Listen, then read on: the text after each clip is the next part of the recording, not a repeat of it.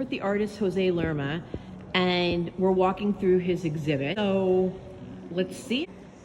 Oh, well, those are the shirts that the students wear here.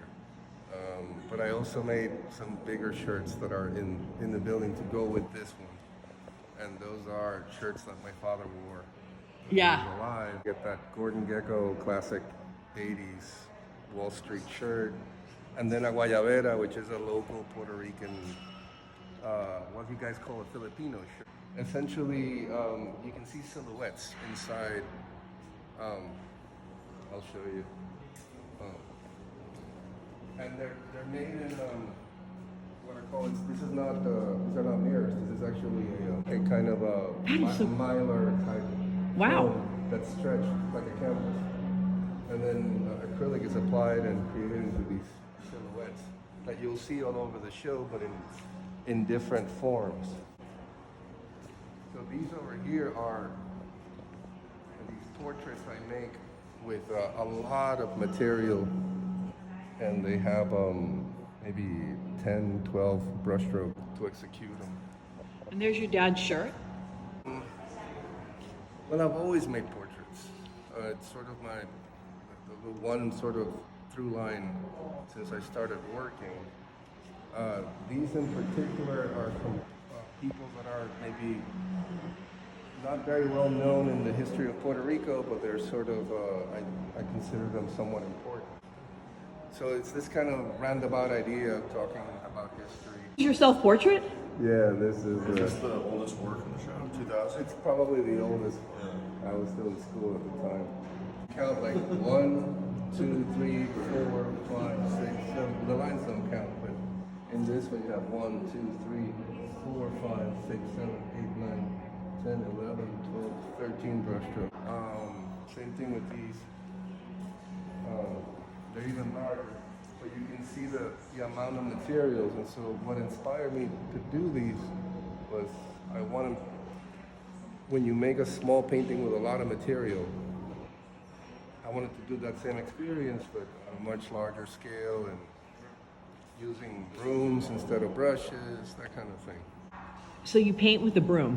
Yeah, and I paint flat. And so the amounts are so big that you really have to plan it. It also dries very fast. It creates a skin very fast.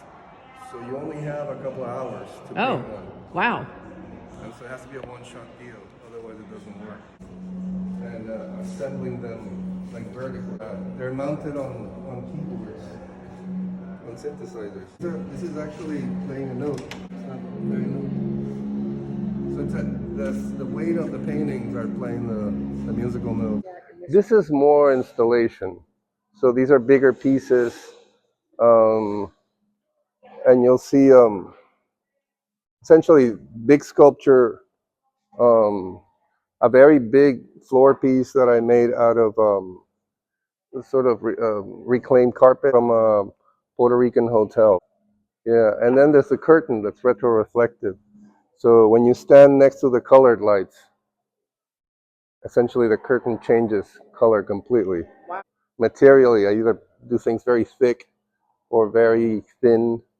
And I wanted to make kind of a brutal collage, just like I was doing over there. So this is just a massive collage, and you're walking on top of either a sketch or a collage, like an insect walks over a drawing. Wow. So your art, you're not treating it as precious. Everyone's going to be able to walk across. Oh, yeah, yeah. People, that's part of the thing.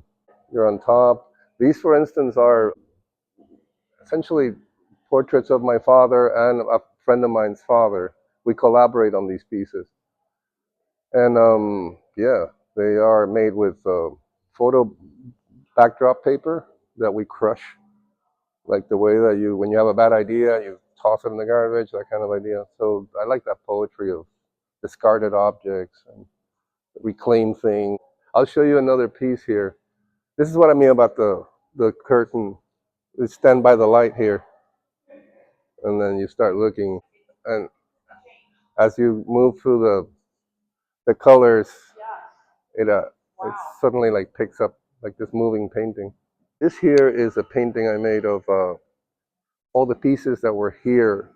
Before this show opened, there was another show of a Puerto Rican painter from the 18th century in Campeche, and these are all the characters that were inside those paintings. And this one I made in my studio, but based on the show. So I only had like 4 months to kind of put it together in total. So this thing, it's made to look like it's a pen, but it's actually an airbrush.